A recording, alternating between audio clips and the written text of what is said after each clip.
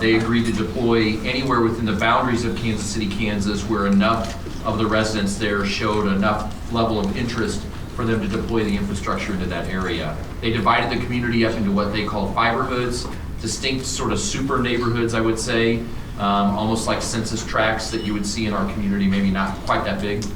And they asked in a transparent way for individuals in those areas to say whether they would be interested in the service. Nearly every one of those fiberhoods to date expressed enough level of interest to have the install come into their neighborhood. We negotiated a couple of distinct things in the project that we thought were important. One is that as they pass through a neighborhood, that they would hook up and provide service to public buildings at no charge. So schools, libraries, city facilities. There's 130 of those locations in Kansas City, Kansas that ultimately will receive that service directly into them for public use or for the broader public's use. The second thing that we really, I think at the front of this realized, and really my personal learning, was when you go out into a community as an elected official, all of you here have an awareness of this, and many of you are motivated in this area, like I am. You're probably technically far more savvy than I am. But when you go out and talk to the community at large, what seems instinctive to you, or to some, has not even been contemplated or thought about by the public at large. So I think one of the learnings we had in Kansas City, Kansas was there are segments of our communities that understand the potential of this, but there are also broad segments of our communities that really they just haven't thought about it. They haven't thought through it. And that dialogue on a community-wide basis for leaders is very important to think about kind of next generation infrastructure and what it might mean. And we had that dialogue in Kansas City, Kansas. The second part I would say is that you all know that Kansas City, Missouri was likewise announced as a community that was going to receive Google Fiber, and they're in the middle of install right now. We consciously went out as we sort of thought about community engagement, and Mayor Sly James and I set up the Mayor's Bi-State Innovations team, which was really a collaboration of folks from Kansas and Missouri to talk about what the potentials were across the spectrum in this kind of infrastructure, whether it's education, obviously home use, quality of life, healthcare, those sorts of things. And that leadership team really were folks, for the most part, that weren't involved in the technology, they were involved in the community. So Dr. Ray Daniels was one of the co-chairs, he's here today. Dr. Bernard Franklin was on so these guys, I asked them to be a part of this. They never imagined that 3 years later, they still would be engaged in it. I think I pitched it as like, oh, it might be a year or 8 months. 6 months. 6 months. Thanks for reminding me. 6 months. But I think what they found is what I found is there's a community engagement aspect of this that sort of lives beyond the actual bill. One of the surprising things that happened, and I'll finish on this, that a lot of things we just could never have anticipated. But some of you may have heard of the Kansas City Startup Village.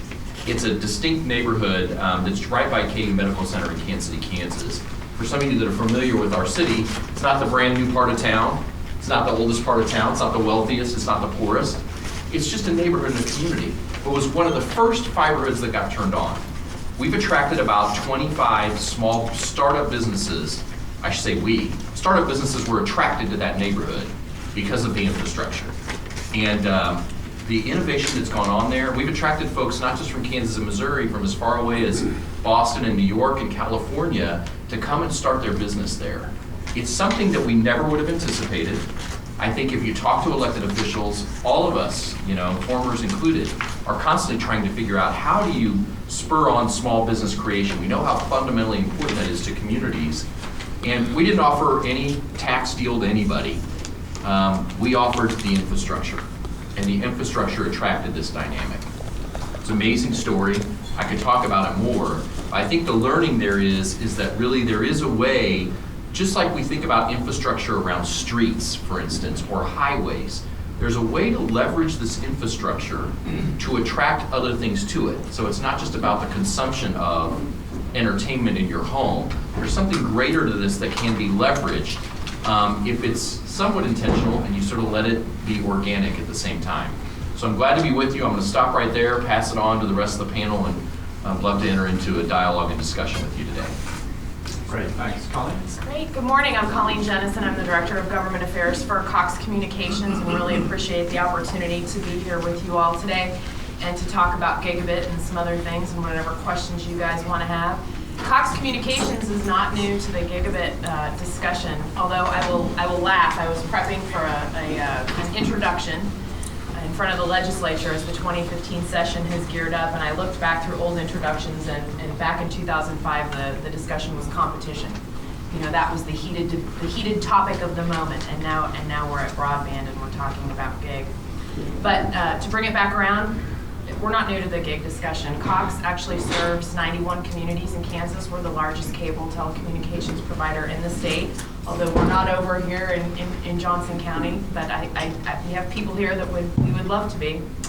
And in all of those 91 communities, all of our businesses have been able to access up to 10 gig of service since, I had been told 2007, but Mark corrected me and told me 2003 this morning, so for a long time.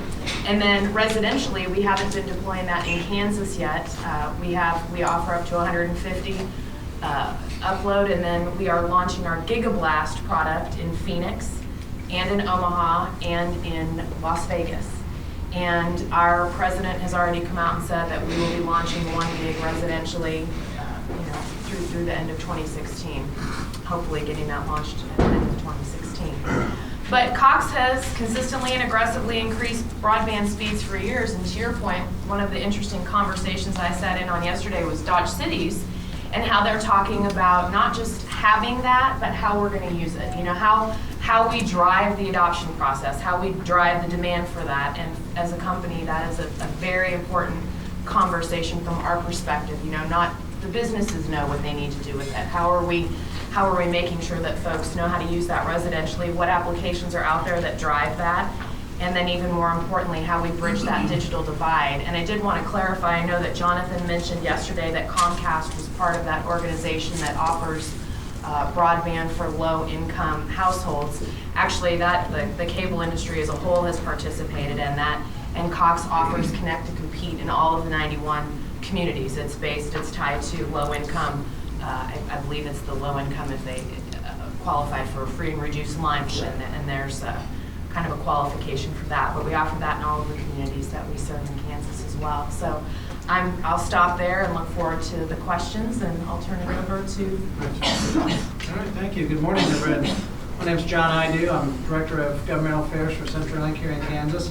CenturyLink, if you haven't heard of the name, you've probably heard of some of our predecessors. We are the 3rd largest telecommunication provider in the country. We have been operating here in Kansas for well over 100 years. We've operated under various names. Before this, we're known as Embark.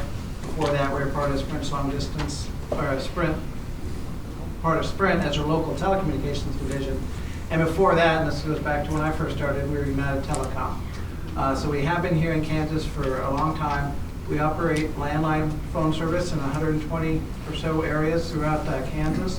And we do have fiber deployed to all 120 of those exchanges. Our biggest area that we provide service to, we are very rural here in Kansas, but our biggest community is Junction City, which also includes the Fort Riley. Like I said, we had 120 or so exchanges. Our smallest exchange has less than 50 customers in it, and it has geographically about the same size as our Fort Riley and Junction City. So we kind of go from one extreme to the other. Nationally, we have some properties that have over 10,000 access lines at a single point. So that's bigger than our Junction City exchange, but yet they're a single property, and those are some of the big hotels, the casino hotels in Vegas.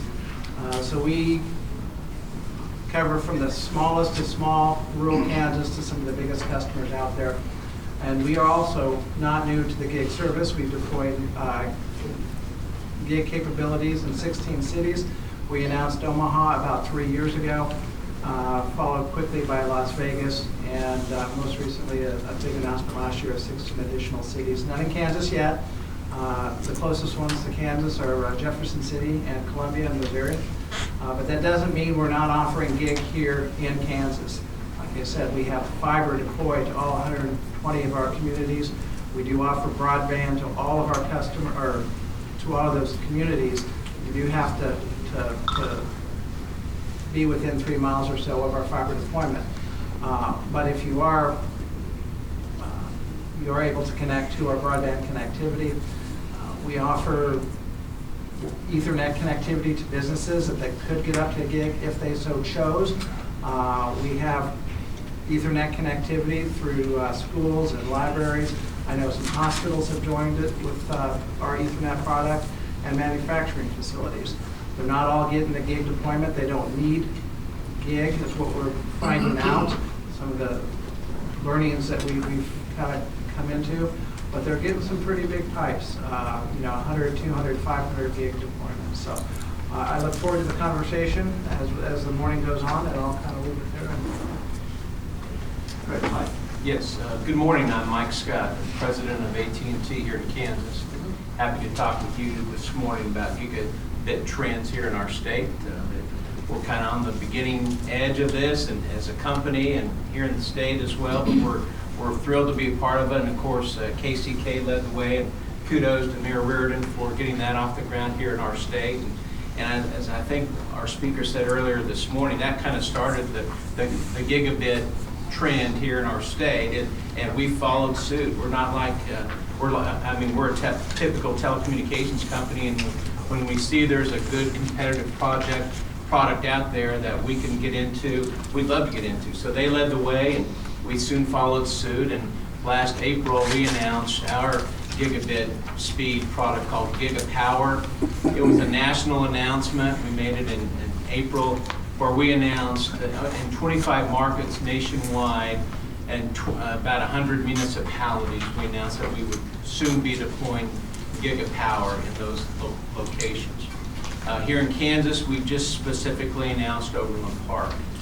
There'll be others that'll follow suit, I can guarantee you, but at this time, the only ones that we've announced, the only city in Kansas has been Overland Park. So it's a product that's gaining more competition all the time, and as is evidenced by the providers up here that are into it, and if it's not in your city at this time, or in the, hopefully it soon will be, because it's what our customers are telling us that they want.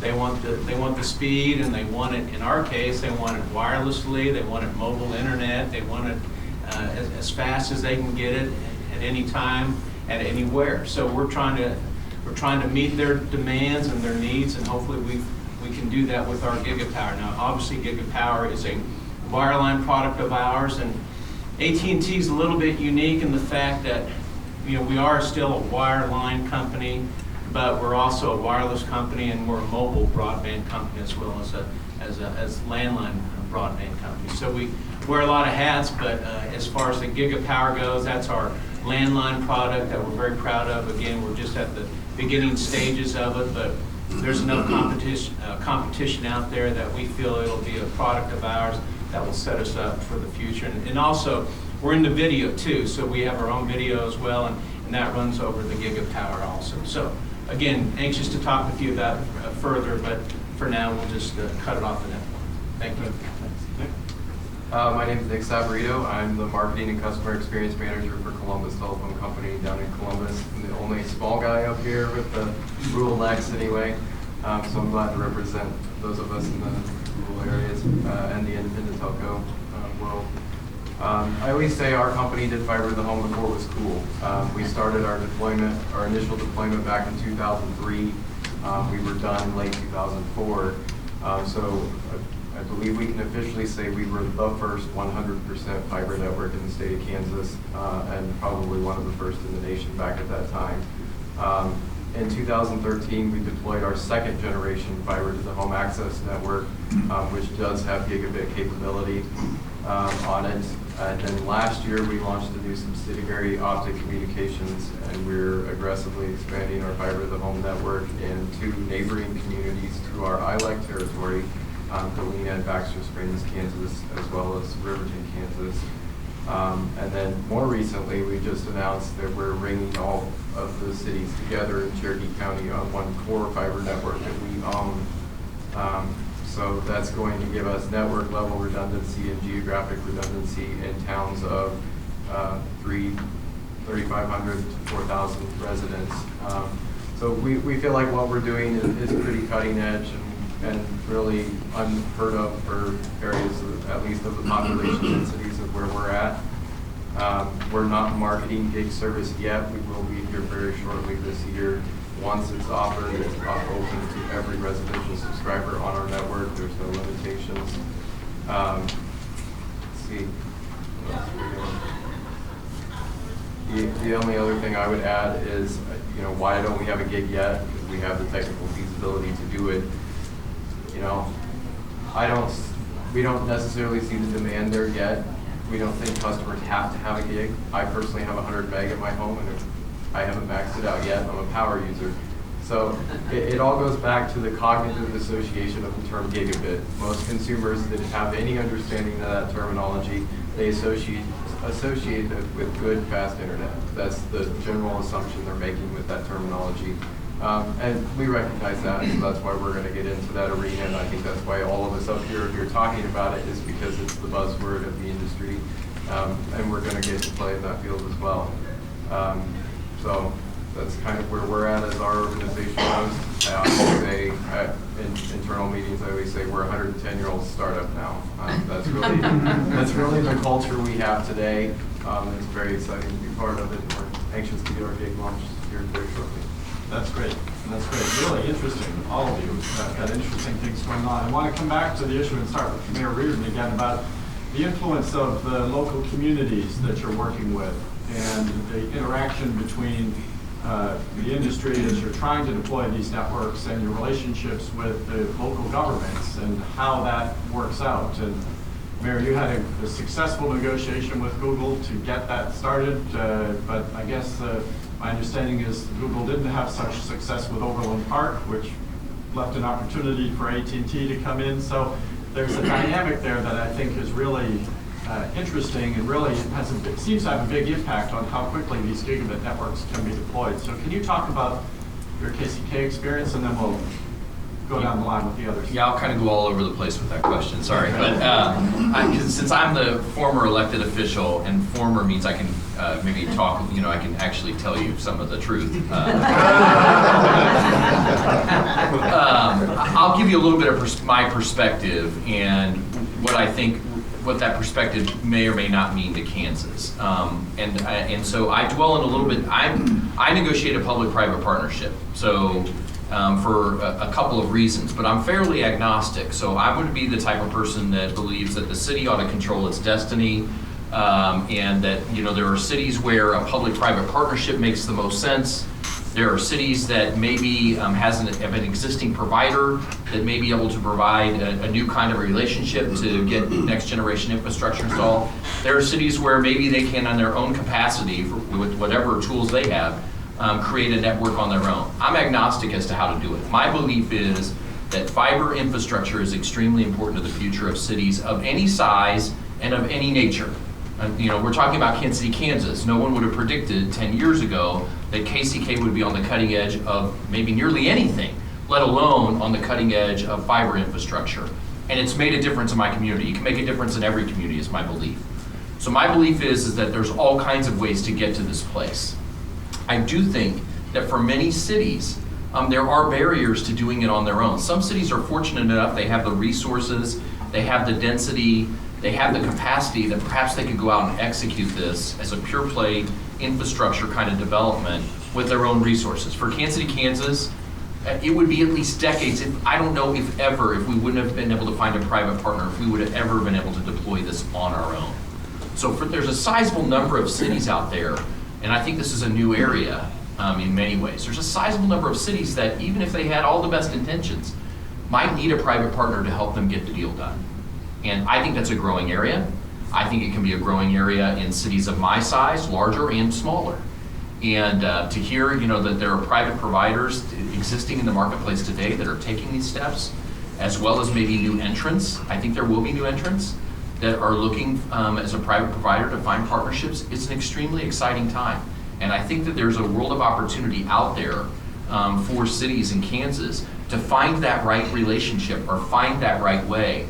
But I'm hopeful that leaders in cities across our state are being thoughtful enough to work on thinking through how to get these kinds of projects done, because I do believe this infrastructure is fundamentally important to nearly every city. I mean, I'm certain that there could be some mayors out there that might make the argument that it's not completely necessary. I would be on the side of it's almost necessary in every city. So I kind of took that in a different direction. I apologize. No, that's right. But if you don't mind, I'm going to drill down on one specific thought that I heard actually from FCC Commissioner Pai. Yep.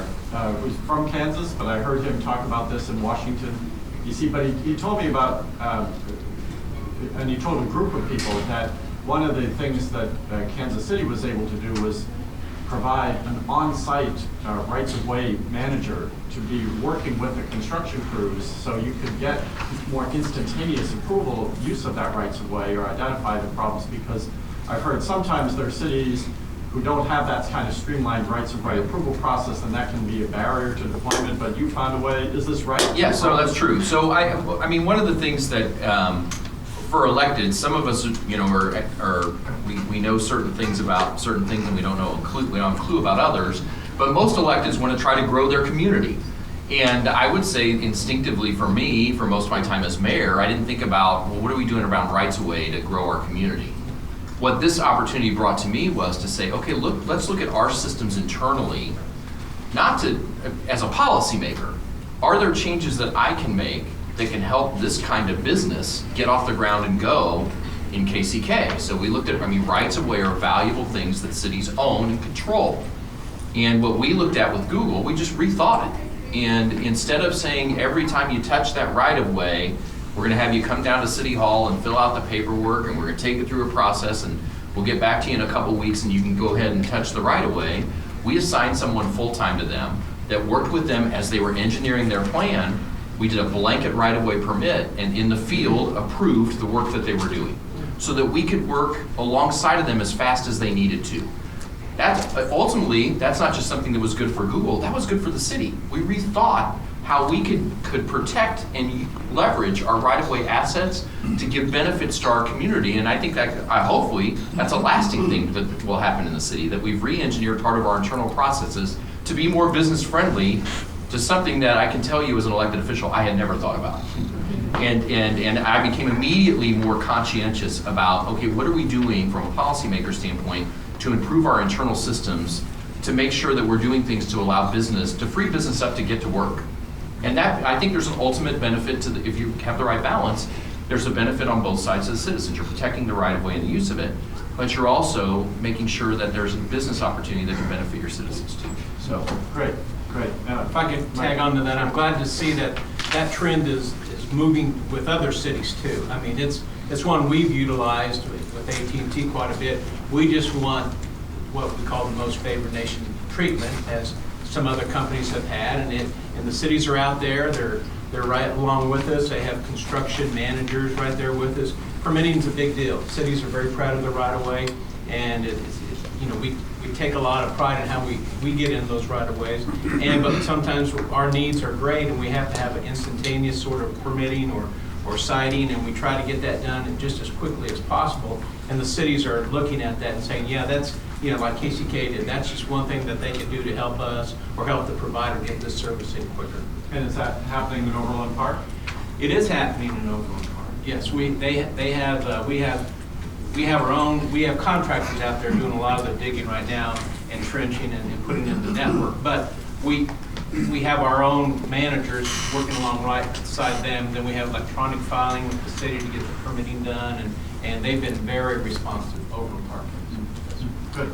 Yeah, I would say the same thing, and I think that's so important. Of course, we started in the video, as a video provider. So we started with franchising in the local communities and how that worked. And as we progress and we start to, now it becomes more important to have broadband, we also had rules that had to be followed, and we're, of course, willing to follow those rules. But as we evolve, it's going to be helpful for the communities to evolve with us in a collaborative way. Case in point, moving from analog to digital world. And so, the next thing in order to be able to offer bigger speeds is to allow us to manage our network. So what does that look like in the communities, and having the folks that we work with, recognize that some changes are going to need to be made in order to keep moving in that direction. I will tell you, so in 91 communities in Kansas, they're not all big cities. Gas Kansas population 540 at last count, is also a Cox community. And those folks are getting the same services that they're getting in Wichita. So we are, deploying this, and we're deploying it in each of the communities and making sure that every customer has the access to that right now. And that deployment for the gig will continue too. But real collaboration, and it's got to be on both sides. It absolutely has to be on both sides. And I think sometimes that's a bit of a mindset change, for folks. But if we're all willing together and to continue to have the dialogue, I think that's the most important part. And from CenturyLink's perspective, we acknowledge that Google has absolutely changed the whole conversation around gig and gig deployment. But we also believe that they've changed the dialogue about and redefined what a public-private partnership is. We used to think that public-private partnerships means, you give us some money, we put in our money, and then we go do some community good. But this whole dialogue between the city and the provider has really changed. Like I mentioned before, CenturyLink's in 16 markets with our gig deployment. We've not come in with the list of demands that Google has. We've not pursued it that aggressively. However, to the level that there are some preferential treatments given to one provider, they absolutely have to be provided to all the competitors out there. But one of the things that we've absolutely learned, and before this dialogue began to shift, there might have been an adversarial relationship between a provider and the city. And there is a better way out there, and I think that's what Google demonstrated. And so that's one of the things that we've taken as a huge learning, is how we approach the cities, and things like, what right-of-way management. So often cities used to view these utilities as, revenue streams. Where can we get them for permit fees? Where can we get them for right-of-way fees and franchise fees? And we were a revenue stream, and not just CenturyLink, all of us up here. And there's a better way to cooperatively partner in this public-private partnership and address the needs of the consumer. And that's what we're all here about, whether it's the citizens or our customers. We have the same constituency. And I think there has been a redefinition of what a private-public partnership is all about. Nick? I would say from our perspective, we're pretty aggressively expanding, and we've kind of been met with the whole spectrum from municipalities and from constituents in those municipalities, from complete resistance to rolling out the red carpet. I would echo what Joe said. The public-private partnership is critical, and that doesn't have to be an exchange of funds. Taking down all the barriers of entry for us as a provider is key, and that's going to get us there quicker, and that's going to get your gig to your home quicker at the end of the day. So right-of-way access, taking down those barriers, swiftly negotiating any franchise agreements, not lagging them on. That's another delay that often happens. And I would also throw out one other thing that's kind of on the same note. For city, because I've heard a lot of people in the audience the last 2 days ask the question in conversation, how to get providers like us or whoever is doing gig in their community. One of the things that I would suggest from my function of marketing, do market research on our behalf. Show us the need on paper, because at the end of the day, if we're going to self-fund an expansion, which is what our organization is doing, we're self-funding all of ours, we got to have a business model that works for it. That's at the end of the day.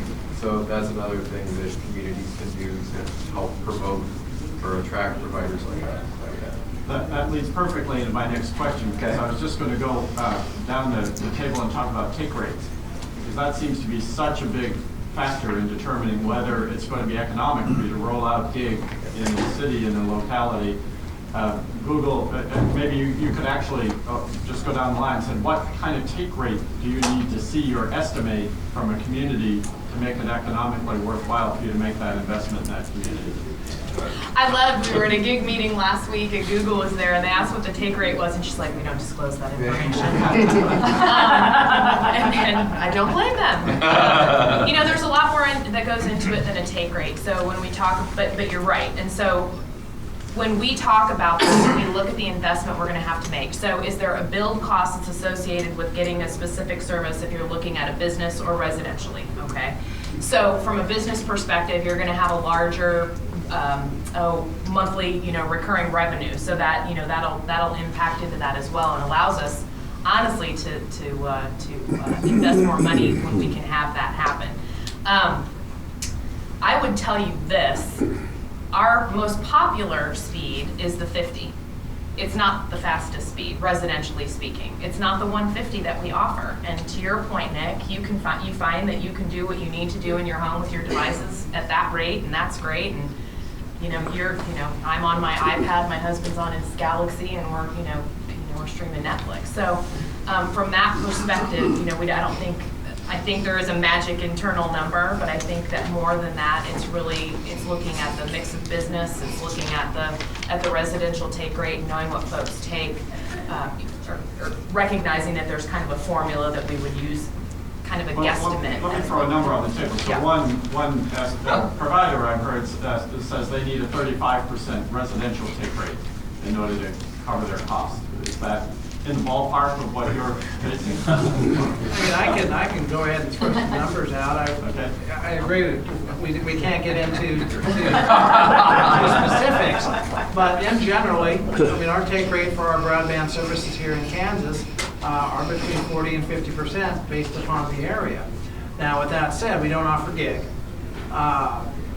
We do offer, in all of our exchanges, you can get 3, 5, 10, some of them 25 meg, but the subscription rates aren't anywhere close to 75 or 100% by any means. And where we do offer, the 60 markets where we do offer gig, the biggest learning that we've had, and I agree with what Colleen says, gig's not the most popular offering. The most popular offering are some of the slower speeds. We also offer a 40 or a 100 gig. And the reality today is there's not a single application that really needs a gig. You might have a household that has 4 or 5 individuals in there, and one of them's watching TV, and a couple of them are on the iPads or down gaming, where collectively you might go over what some of the applications provide. But today there's not a single application out there that really needs a gig, and the speeds that are offered today commercially are adequate. Now, I'll say one of the potential applications is cloud computing. With cloud computing, and full disclosure, we are a cloud-based or a cloud provider. We are evolving from a landline company, and we do have 55 data centers throughout the world, and we do a lot of hosting, a lot of managed services. But for businesses and consumers to go to the cloud, you're going to need asymmetrical connectivity, which is provided by fiber.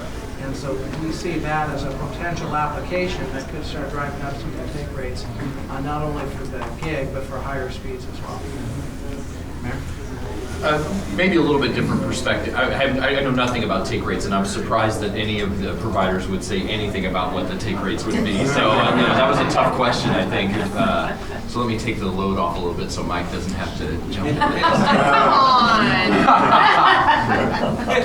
on! So I think there's a bit of a chicken and an egg going on, and this conversation will go on for a while. And let me tell you how I sort of, in my simplistic mind, look at it. It's different today than it was 5 years ago. And I will pick on Roku for a minute, because it's devices like that that cause people to start to figure out what speed might mean. So the more people that start to use Netflix, which I would guess that there's a sizable chunk of you that at some point are using Netflix, well, when you hook up a device to your network and you try to use Netflix, you immediately find out whether you have speed capable of producing something that you're willing to tolerate. And I think that's going on. And I think that that's raised the awareness of people that, wow, there are devices that I now can buy, and think about this, a Chromecast, for $35 that can do something with that network that I couldn't do before. So the barrier around cost to access the network at a higher level is gone, really, for all practical purposes. So you have that part of the spectrum, and I think on the other, Nick and I were at Consumer Electronics Show 2 weeks ago, and I've been now a couple of years. But it sort of hit me at some point in that show that you go through and you look at all this technology, and nearly every piece of new technology out there is now a connected device. It's just assumed that the device is going to have a network to connect to. And sort of the most innovative ones are, ultra definition TV, which are using more and more bandwidth.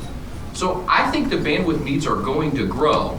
Maybe they're not at a gig today, but I also know the lesson for all of us to be learned is that as technology has progressed, it's consumed more speed to get and more data to get to the delivery of whatever it is for us individuals at home. So I think it's in the city's best interest to try to encourage infrastructure that's capable, if it's not being service delivered at a gig today, that's capable of delivering those ultra high speeds, because I think that's the kind of infrastructure that's needed to build economic development and quality of life around it for a community. So there's a bit of a chicken and egg. No, does any single consumer need a gig today? No, but the lesson is that over time, particularly if there's widespread deployment of an infrastructure that's capable, you will see innovation consume that data at that rate, and that really can change things in cities. Cities that have that capacity, I think, can be on the front end of things for a good chunk of time. So let me just make sure Mike and Nick have the chance to answer the take rate question. So We do not disclose our take rate. I tell you, we'll look at the existing market. We'll look at living units passed with our existing network. We also like to look at where Google's at. So we'll, and no, I'm not just singling them out, because Cox is a very worthy competitor, as are all the cables and telephone companies. But we'll look at the market just in general and see where it's at. But it was fun because this is how competitive it is. In Austin, it's a big city for us, big city for Google too. So Google beat us into Kansas City, right? So we're following after them. Now in Austin, they've made plans to make an announcement there. We got in, if it wasn't at the exact same day, it was an hour or two later in Austin. But more importantly, we beat them to the market. So we feel like we have the expertise necessary to get the product to the market. what do you mean you beat them to the market? As far as our launch date. Say more about that. Well, our launch date in Austin was ahead of Google. So it was just beating them to the punch. It's just a story to reflect how competitive this market is for high-speed internet access. But no take rates. No take rates. My last chance to get a straight answer. Well, I'll give you one figure as it relates to our organization, and it kind of ties what Joe was just talking about. Last year, 35% of our broadband subscribers elected to upgrade to higher capacity speeds or higher bandwidth speeds. And I think that echoes exactly what Joe was talking about. The consumer is starting to understand they need more. So that's the figure I'll throw out. And as it relates to making a business model for deployment, it totally depends on the community. Every circumstance, every community, every city is a very different business model to make for us as a deployment. So let me, though, ask, and Colleen, I'll turn to you first. I wanted. Before I ask the question. I don't know. That makes me nervous, right? Okay, go ahead. No, but the question is coming back to the community and what they can do. So we talked about rights of way and how important that can be, but what else can a community do? And if you can, try to be specific about that. So you give some specific recommendations for our audience, not just generalized. We know partnerships, public-private partnership is a good idea, but what in particular are you looking for from a community? Is it a business case? Is it So candidly, we haven't really looked for anything. I mean, we've deployed our product across the 91 communities in Kansas. I would say this. We're 100% private capital, and the money that Cox Communications is going to invest is going to be competed for across the enterprise. So not just in the 91 communities in Kansas, but where we serve across the country. And so as we make those decisions on where we go, of course it's not just what the cities do. What's the regulatory environment look like? What's Kansas doing in terms of, because we're like any other business, where are we going to invest our dollars? But I would say to your specific question about what we've asked these communities to do, the answer is, well, we've just operated within the guidelines for the most part, because again, in the 91 communities we serve in Kansas, everybody has access, business customers up to 10 gig. The residential customers 150 meg, and we'll be announcing speed increases this year and deploying the 1 gig. So from that standpoint, if you're talking about maybe communities where we're not located, geography presents the challenge there. And that's not just laying the fiber or getting the equipment there. that's how are we servicing those folks? So let's pick something.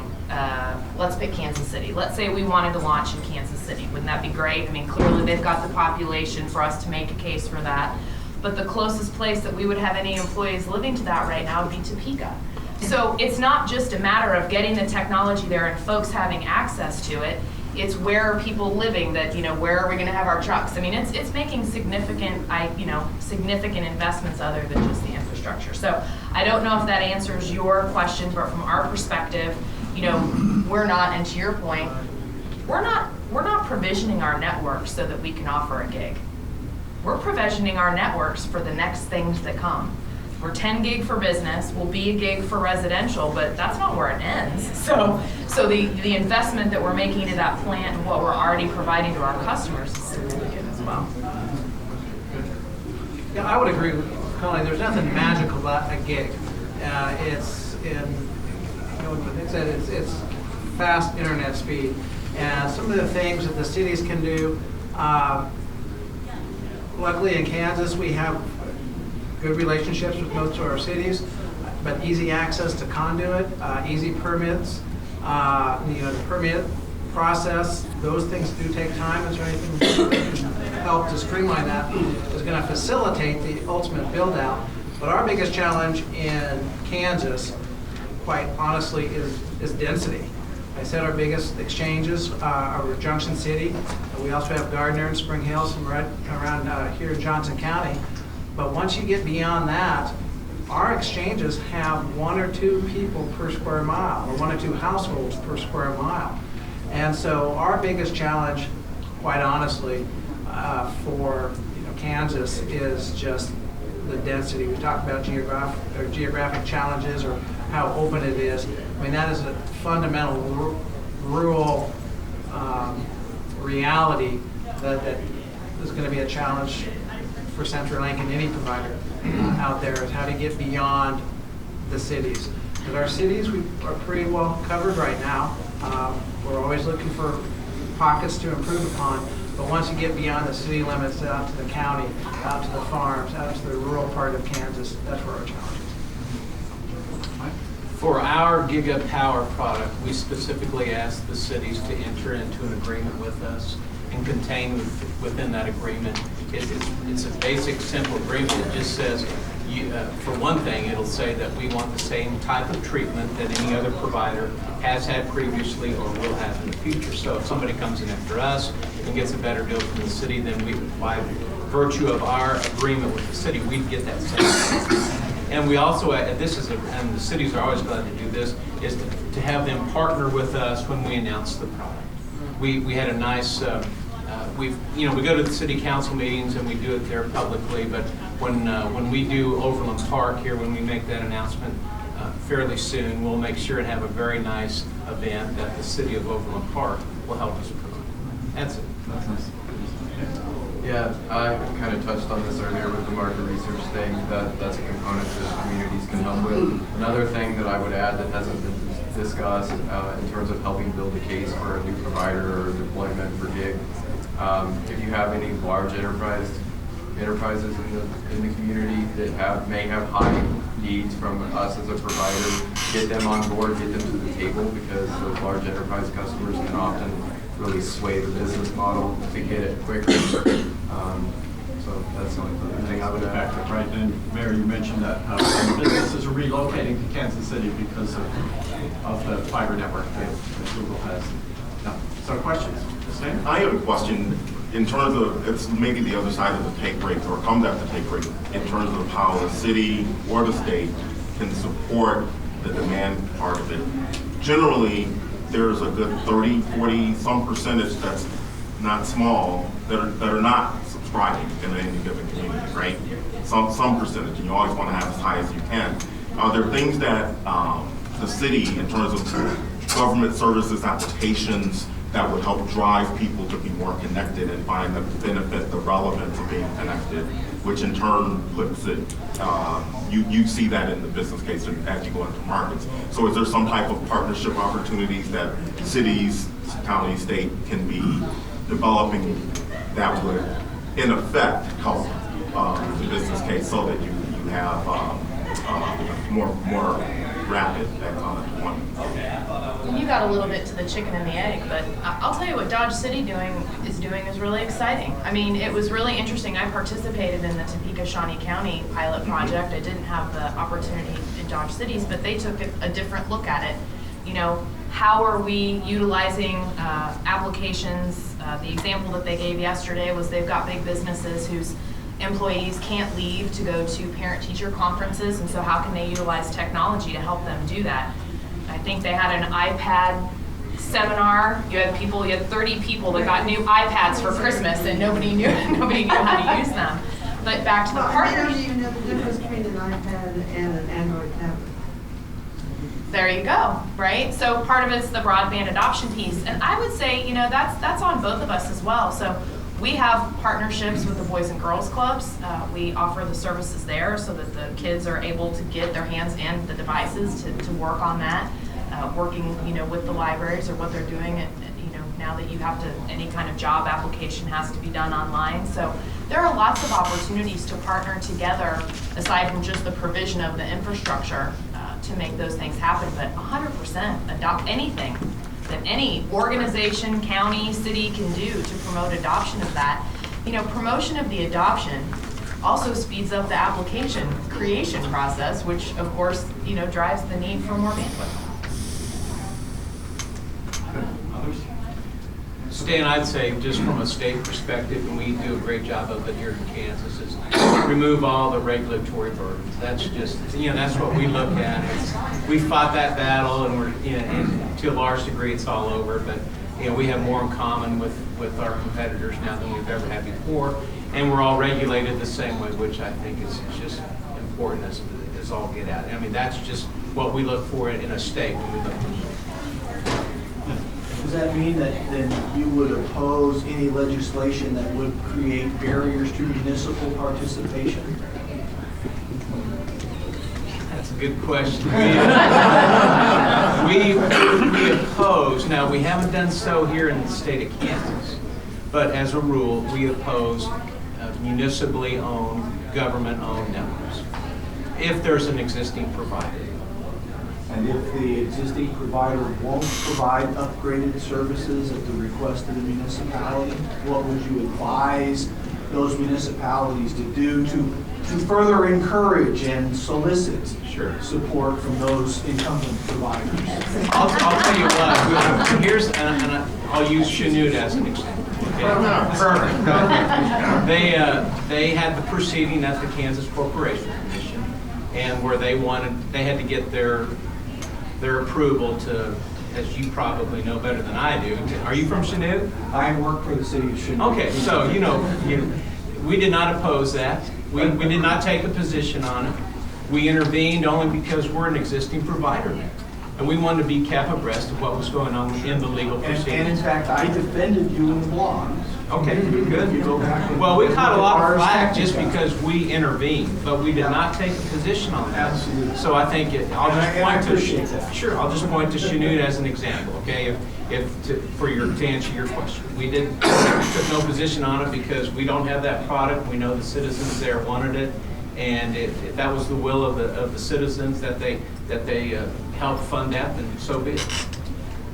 And I can respond from CenturyLink's position. You know, I mean, that's a fundamental threshold question. Is it the role of government to provide a police department? Absolutely. I don't think anybody would disagree. Is it the role of a city government to provide fire service or do the main street maintenance? Absolutely. Is it the public policy position of the city to provide broadband? You're going to get different answers depending upon who you ask. If there's already providers there, it's a completely different story than if there are no providers. CenturyLink's position is before the city makes that go, no-go decision, you should really take it to the vote of the people to see if the citizens of that city want to go forward with this type of commitment. But these networks, let me finish. These networks are not a one-and-done type of network. You must maintain them. They're expensive, they're complicated, and for every one or two success stories, like Chanute maybe, we can point you to numerous other complete failures. There's some in Utah, there's some in Tennessee, and at some point, it's got to be the citizens of the city rather than some IT department that thinks it's going to be really cool to go out and put fiber everywhere when there might not be the business case to it. Now, once that decision's made, we think that that should be a self-sustaining, operation. That any type of benefits or that the city gets should be available to all the other providers, and it shouldn't be cross-subsidized, just like our services aren't. Mayor Reed, you want to? Well, I sort of said before, I'm agnostic on this, but I'm a big believer in local control. And let me say, it should come as no surprise to anyone in the room that if a private operator is out there, that they would take a position to say, we don't want cities to get into this. I mean, that would be a natural thing. If you're in the business for profit and you've made the investment there, of course that's going to be the position you're in. From the city's perspective, I guess the sort of the opposite side of this is that ultimately, at least in the Kansas experience, if you're going to make a major investment like we're talking about here, the elected body of that city is going to have to take a vote on it. They're the closest to, I'm a city guy, so you got to understand my perspective. They're the closest to their citizens. If they make a decision that's contrary to their citizens' interest, I can promise you that the next time they're up for re-election, they're not going to be the city fathers any longer. It happens over and over again in Kansas all the time, in every other city across the country as well. So I think that it's valid for a governing body at a local level to make this decision or not. Again, I'm agnostic. I mean, we did the public-private partnership, and quite frankly, I don't know if we probably would never have the capacity nor the political will to do this all on our own. But I won't assume that there's another city somewhere out there that has a different dynamic, that's able to take a step forward here in a different way and maybe kind of control their own destiny. It's just a different opinion. I mean, I can fully understand the position that others would come to with this. But I'm a big believer in local control, and I definitely think this is a local issue.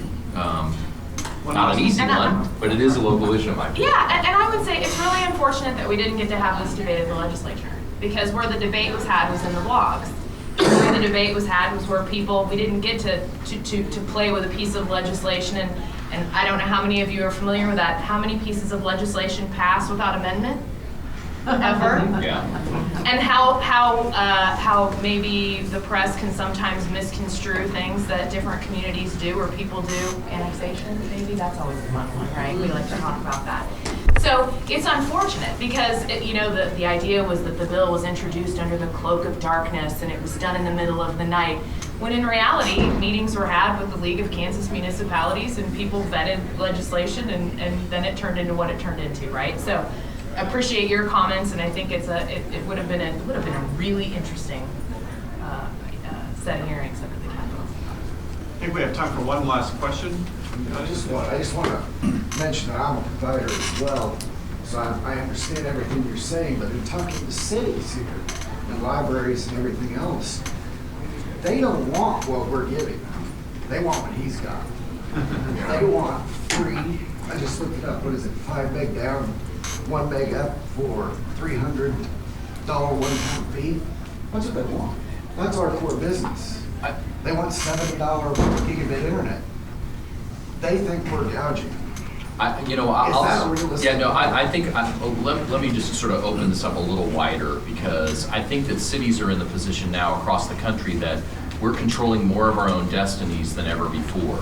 If I were to take a different model, and this is a little bit political, I would say the federal government ought to be far more engaged, maybe not with a city my size, but certainly in rural environments, in understanding that if somebody else doesn't come in and facilitate, and this was done to get telephone service across the country, if somebody doesn't come in and seriously facilitate this kind of infrastructure in areas where you can't build a business case for it, there are areas where that is the case. You cannot expect private providers to come in and make this investment on their own. They're in it for business, right? Is the Google model a business case? It is in certain cities with certain densities. You've already heard that from some of the providers today, but there are parts of it. They're not going to be free with 5 meg down. I don't believe in free. I will say that. I don't think that we can build a system that I don't think you can build an infrastructure. We have a municipal utility. We don't give away electricity for free. It doesn't matter what your socioeconomic situation is. But I guess my point is that the difference here in other infrastructure that's been built that reaches out far beyond where pure business can be made is that we don't have a provider in the federal, or a partner in the federal government that's trying to figure this out with us. Now I'm picking on them a little bit, but you know, I came from the city perspective, and even, you know, with things in KCK, you know, there are difficulties here. I can't imagine, there are parts of Kansas that if you don't have someone that comes in and helps work this public-private partnership into a deal that makes a business case, I'm not sure we can't expect the private providers to do those things on our own. Nor am I in favor of saying cities, your hands are tied forever. I just don't think it'll work. But I think that's part of what's going on here, quite frankly, is that there's a need, and cities want this and they know they need it, and they're trying to figure out how to get it done. And we don't have a partnership that may have existed in other ways to help facilitate that. It's not going to go away. Can you just add to that? So what kind of activities are you thinking about? Well, I don't know the answer to that. I mean, and we could have hours-long conversations about that. But major infrastructure across this country, including ongoing infrastructure in the state of Kansas, has a mix of revenue sources, some of which are not just local. Meaning to expect cities or private providers with cities to figure out how to solve an infrastructure problem in and of themselves, it's just not going to work everywhere. The capacity's not there. And in the past, you've had a federal government that's figured out where those sore spots are, where you can't get it done locally. They came in and they've been a real partner in that in other situations.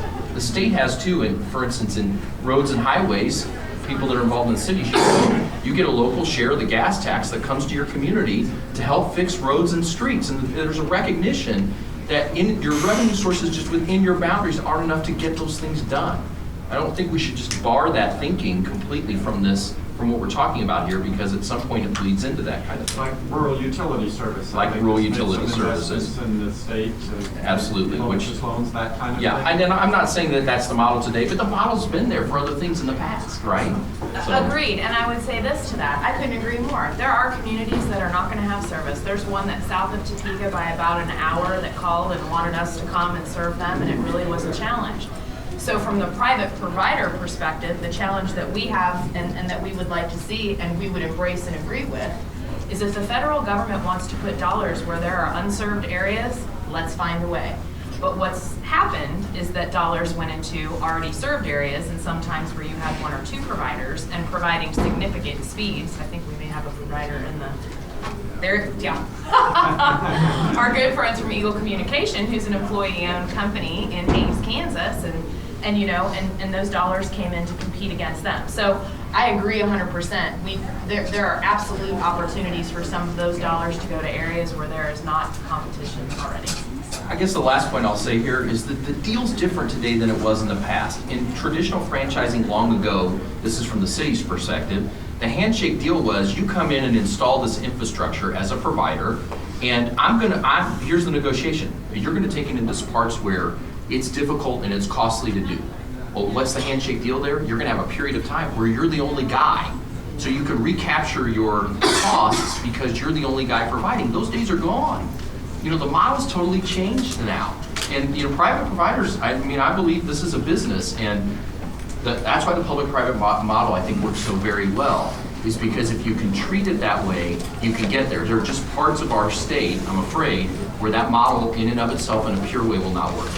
So we're running out of time, but I did want to give John and Mike and Nick the chance The Irish people. Well, I mean, to go to the point of free service, I mean, you're absolutely right. We're a business. We're not here to give free service, but keep in mind, Google has more than one motivation to provide service.